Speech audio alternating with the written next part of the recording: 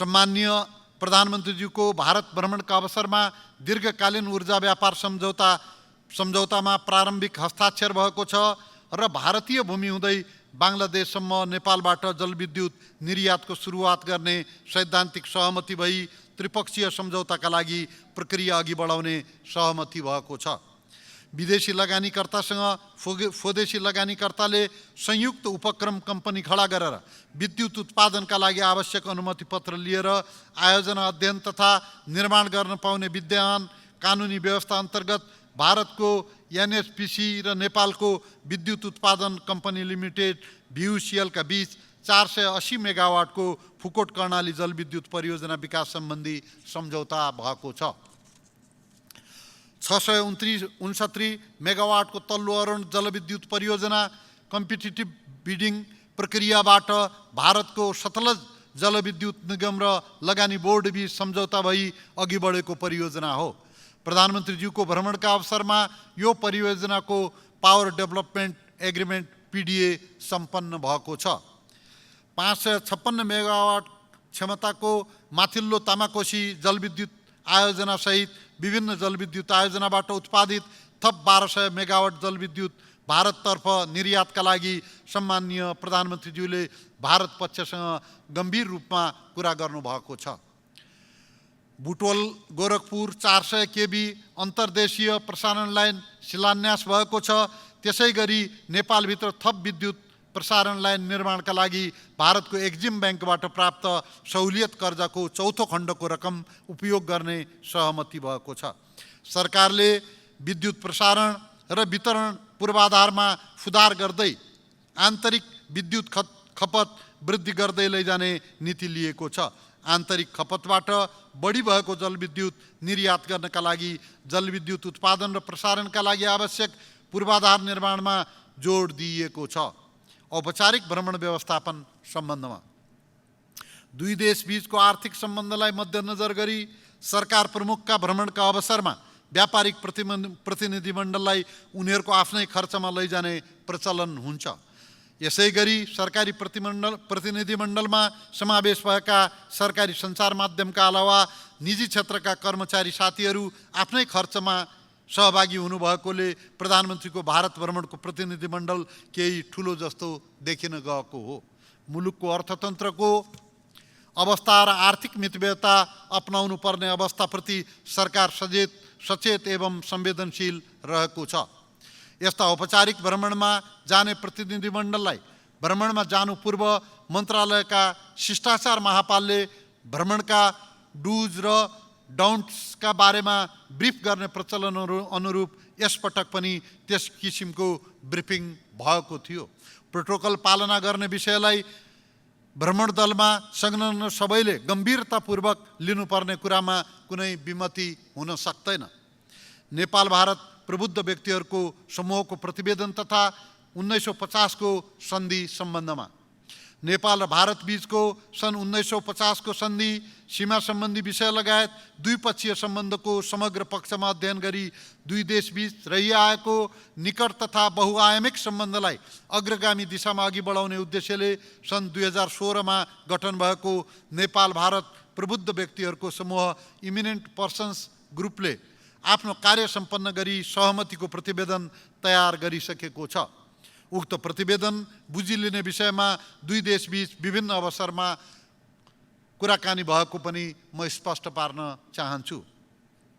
लिम्पियाधुरा, लिपुलेक, कालापानी लगायत सीमाका सम्बन्धमा नेपालको अन्तर्राष्ट्रिय सीमाबारे यस सम्मानीय सदस्यज्यूहरू नेपाल सरकार र हामी सबै स्पष्ट र दृढ छौँ। यस विषयमा हाम्रो राष्ट्रिय सहमति रहेको छ। मिति 2077-3-4 मा संविधानको दोस्रो संशोधन मार्फत नयाँ नक्सा समेटी संविधानको अनुसूची 3 मा रहेको नेपालको नक्सा छाप अद्यावधिक गरिएको तथ्य, संविधानको अनुसूची 3 मा रहेको नेपालको निशाना छाप अद्यावधिक गरिएको तथ्य यहाँहरूलाई अवगत नै छ। भारत भ्रमणका अवसरमा नेपाल र भारतका प्रधानमन्त्री बीच भएको भेटवार्ताका क्रममा सीमा सम्बन्धी विषयलाई स्थापित कूटनैतिक संयन्त्रहरू मार्फत समाधान गर्ने कुराकानी भएको छ।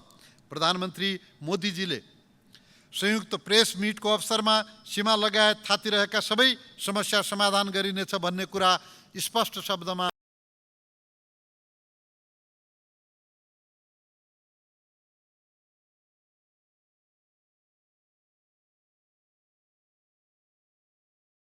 सीमा सम्बन्धमा आएको यो सकारात्मक अभिव्यक्ति हो। सीमा क्षेत्रमा डुबान सम्बन्धी समस्याका सम्बन्धमा नेपाल भारत सिमानाको नजिक भारततर्फ बनाइएका संरचनाहरूका कारण नेपालको भूभाग डुबानमा परेको विषय नेपाल सरकारले भारतीय पक्षसँग प्राथमिकताका साथ उठाउँदै आएको छ। सम्माननीय प्रधानमन्त्रीको भारत भ्रमणका अवसरमा नेपाल भारत सीमावर्ती क्षेत्रमा बाढी र डुबानका समस्याहरूका बारेमा पनि गम्भीर ढङ्गले छलफल भएको छ। मनसुन सुरु हुनु अघि नै बाढी र डुबान नियन्त्रण कार्यलाई प्रभावकारी बनाउन विद्यमान द्विपक्षीय संयन्त्रलाई तत्काल सक्रिय बनाउने सहमति भएको छ। नेपालले विकास साझेदारहरूबाट कुनै पनि सहयोग लिँदा राष्ट्रिय हित प्रतिकूल हुने गरी लिएको छैन। भविष्यमा पनि वैदेशिक सहायता स्वीकार गर्दा राष्ट्रिय हितलाई सर्वोपरि राख्दै नेपालको सार्वभौमिक सत्ता र राष्ट्रिय स्वतन्त्रतामा किञ्चित प्रभाव नपर्ने सुनिश्चितता प्रदान गरिने कुरामा सरकार दृढ छ। भारतीय संसदमा राखिएको भित्तेचित्र र राष्ट्रिय विभूति सम्बन्धी विवादका सन्दर्भमा नवनिर्मित भारतीय संसद भवनमा राखिएको म्युरलका सम्बन्धमा नेपाल सरकारको निश्चय नै ध्यानाकर्षण भएको छ। सो म्युरलको क्याप्सनमा सम्राट अशोकको समयमा उनको साम्राज्यको फैलावट जनाइएको भनी लेखिएको र सो राजनैतिक विषय नरहेको भनी भारतीय सरकारका तर्फबाट आधिकारिक धारणा समेत त्यहाँका विदेश मन्त्रीबाट आइसकेको बेहोरा सम्मानित सदनलाई अवगत नै छ। यस विषयमा भारतीय पक्षसँग कुरा गरी प्रतिवेदन पठाउन नयाँ दिल्ली स्थित नेपाली राजदूतलाई निर्देशन दिइसकिएको छ। नेपालको सार्वभौम सत्ता, राष्ट्रिय अखण्डता, स्वतन्त्रता र हाम्रो अन्तर्राष्ट्रिय सीमामा कुनै आँच आउन नदिन र नेपालको 1 इन्च जमिन पनि अतिक्रमण हुन नदिन हामी पूर्ण प्रतिबद्ध छौँ। भारतीय चलचित्र आदिपुरुषमा देवी सीताका बारेमा प्रयोग भएको संवादका सम्बन्धमा नेपालको सेन्सर बोर्ड पनि सचेत रहेको छ। यस्तो ऐतिहासिक र गम्भीर विषयमा बनेको चलचित्रमा फ्याक्चुअल इरर देखिनु कदापि उचित होइन। देवी सीता नेपालकी छोरी भएको तथ्य सर्वमान्य छ र यो विषयमा भारतमा समेत निर्विवाद छ।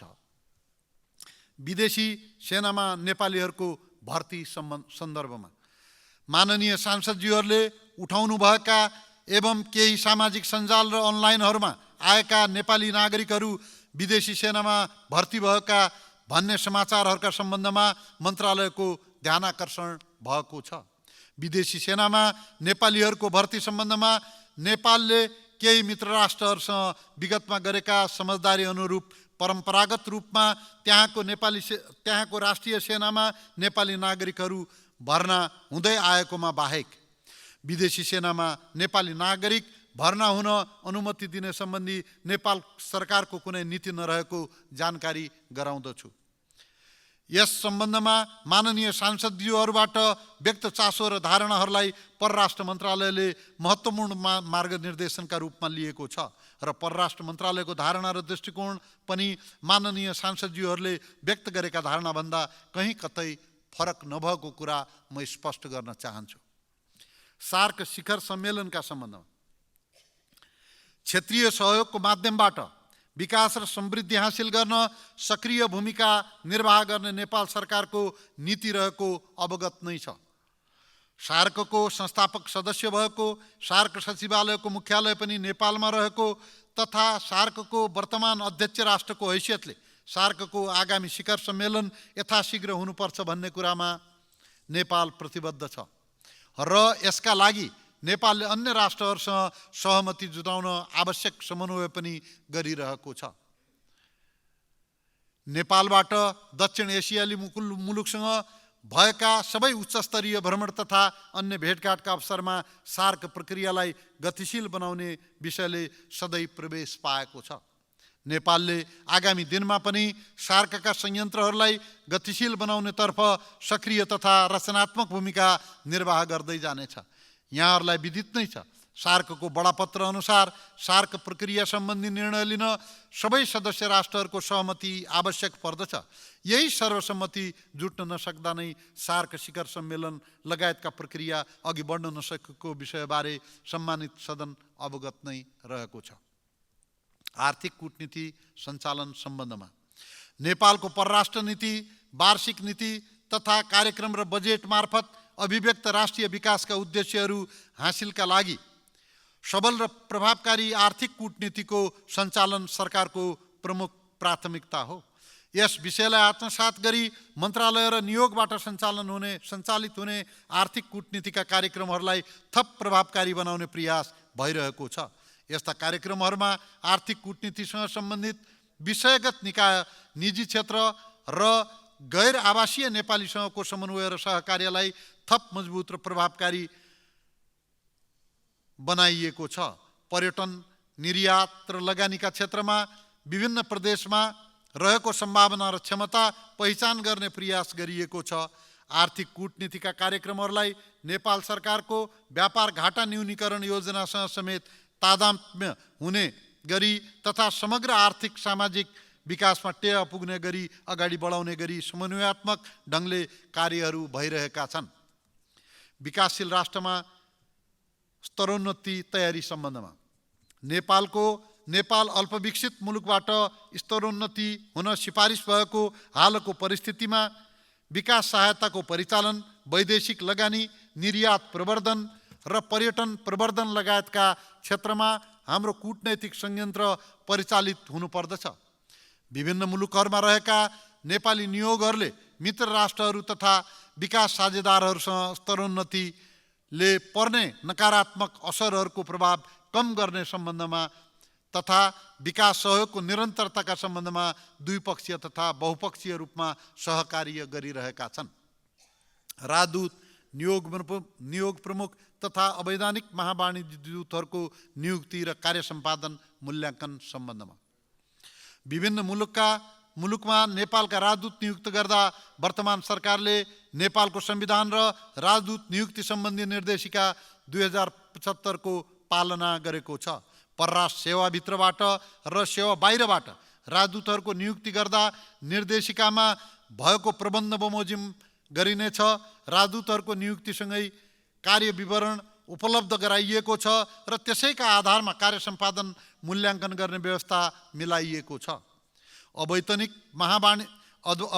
वाणिज्य दूत सम्बन्धी नियमावली अनुरूप उच्च आचरण भएका व्यक्तिहरूलाई उक्त पदमा नियुक्त गर्ने व्यवस्थालाई थप प्रभावकारी बनाइनेछ। राजदूतावासको पुनरावलोकन तथा जनशक्ति व्यवस्थापन सम्बन्धमा नेपालले विभिन्न मुलुकहरूमा नियोगहरू स्थापना गर्दा छिमेकी मुलुकहरू ठुलो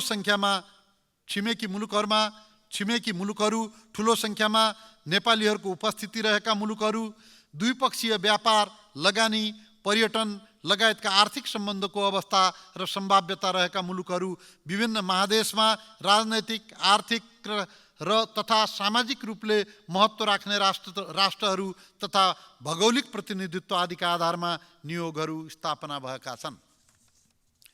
परराष्ट्र मन्त्रालयको सङ्गठन संरचना चुस्त दुरुस्त राख्न विभिन्न प्रयासहरू हुँदै आएको छ। यस क्रममा सङ्गठन तथा व्यवस्थापन सर्वेक्षण गरी नियोगहरू र कर्मचारीको लेखाजोखा गरी पुनरावलोकन गर्ने गरिएको छ। आगामी दिनमा पनि मन्त्रालय, विभागहरू तथा नियोगहरूमा बढ्दो कार्यबोझलाई धान्न सक्ने गरी जनशक्ति एवं सङ्गठन संरचनामा परिमार्जन, सुधार र पुनर्संरचना गर्ने योजना रहेको कुरा म स्पष्ट गर्न चाहन्छु। समगन्तव्य मुलुकमा रहेका नेपाली नियोगको सेवा प्रवाह सम्बन्धमा वैदेशिक रोजगारीलाई मर्यादित, सुरक्षित र व्यवस्थित गर्नेतर्फ मन्त्रालयले निरन्तर प्रयास गरिरहेको बेहोरा अनुरोध गर्दछु। वैदेशिक रोजगारीमा गएका श्रमिकहरूको हक, हित र सुरक्षाप्रति संवेदनशील हुनेतर्फ नेपाली दूतावास, राजदूत तथा नियोगका प्रमुखहरूलाई अभिमुखीकरण गरिएको छ। विदेशमा अप्ठ्यारोमा परेका नेपालीहरूको उद्धार एवं आवश्यकता अनुसार नेपाल फर्कन सहजीकरण गर्ने कार्यलाई नियोगहरूले उच्च प्राथमिकतामा राखेका छन्।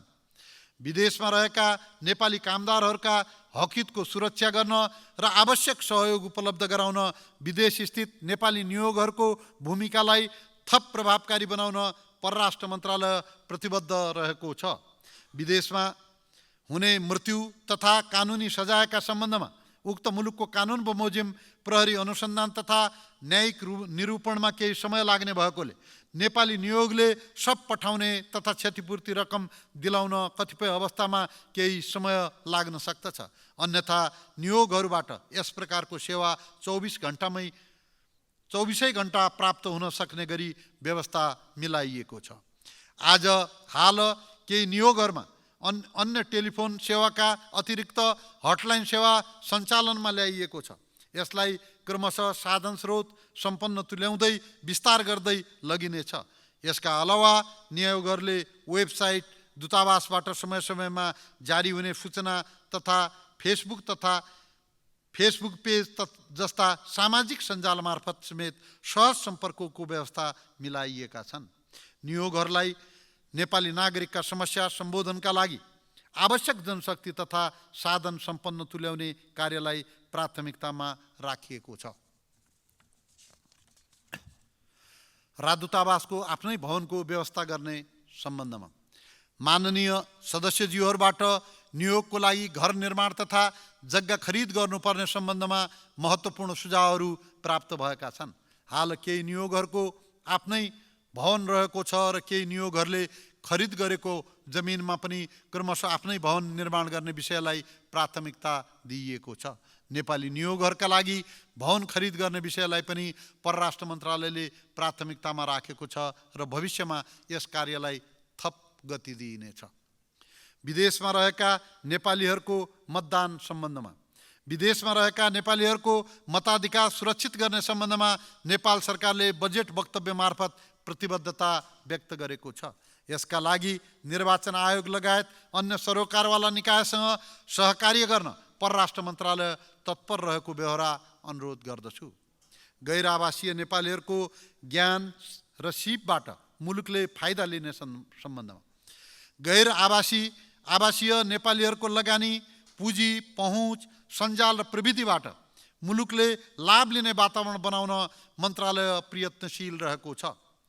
गैर आवासीय नेपाली सम्बन्धी ऐन र नियमावलीमा भएको व्यवस्था तथा गैर आवासीय नेपालीको लगानीलाई लक्षित गरी नेपाल सरकारले प्रदान गरेका विभिन्न किसिमका सुविधा, छुट तथा सहुलियत उपयोगका लागि मन्त्रालयले सहजीकरण गर्दै आएको छ।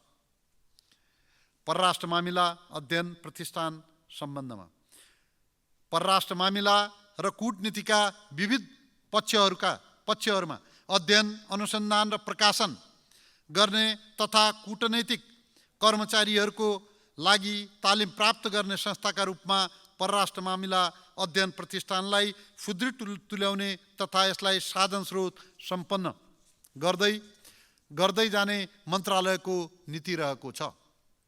मित्र राष्ट्रका यस्तै प्रकारका संस्थाहरूको सहकार्यलाई पनि औपचारिक रूपमा अगाडि बढाइएको छ। राहदानी सेवा सम्बन्धमा राहदानी विभागले राहदानी सेवालाई थप छिटो छरितो र सेवाग्राही मैत्री तुल्याइरहेको छ। आगामी आर्थिक वर्षमा थप विद्युतीय राहदानी पुस्तिकाको व्यवस्था गर्ने प्रक्रिया सुरु गरिएको छ।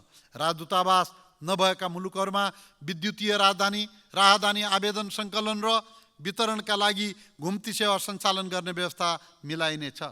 लाइभ इनरोलमेन्ट कार्यको लागि दक्ष जनशक्तिको अभाव रहेकोले दक्ष जनशक्ति व्यवस्थापनका कार्यलाई प्राथमिकताका साथ अघि बढाइनेछ। राहदानी वितरण अझ सहज, सरल र व्यवस्थित बनाउन प्रयत्न जारी रहनेछ।